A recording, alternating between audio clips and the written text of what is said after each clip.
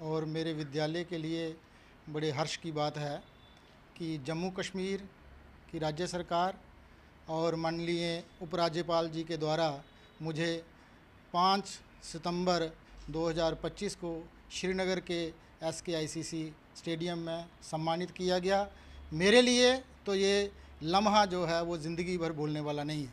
ये सबसे बड़ा अवार्ड मेरी ज़िंदगी में आया है। इसको मैं अपनी लाइफ टाइम अचीवमेंट मानूंगा और मैं इसी मौके पर, इसी शुभ घड़ी पर अपनी राज्य सरकार, अपने राज्यपाल प्रशासन और शिक्षा विभाग के सभी अधिकारियों का धन्यवाद करना चाहूँगा, जिन्होंने मेरे कार्य को 18 साल के कैरियर को रिकॉग्नाइज़ किया और मुझे मेरे जीवन के लिए एक बहुत बेशकीमती तोहफ़ा मुझे दिया।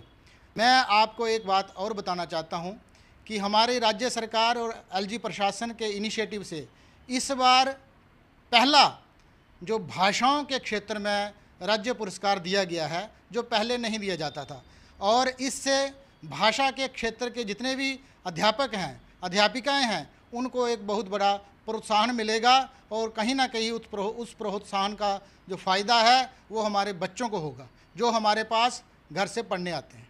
Thank you.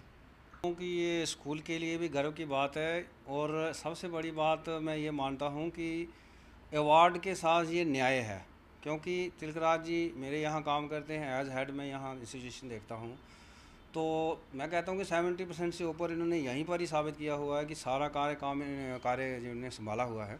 बहुत से काम में ये एक्टिव हैं, सुबह शाम दिन रात जब कहो। तो ऐसे व्यक्ति को अवार्ड मिलना एक मैं समझता हूँ कि जो दूसरे लोग जो देखने वाले हैं उनको इनकरेज मिलता है कि वो भी काम करें।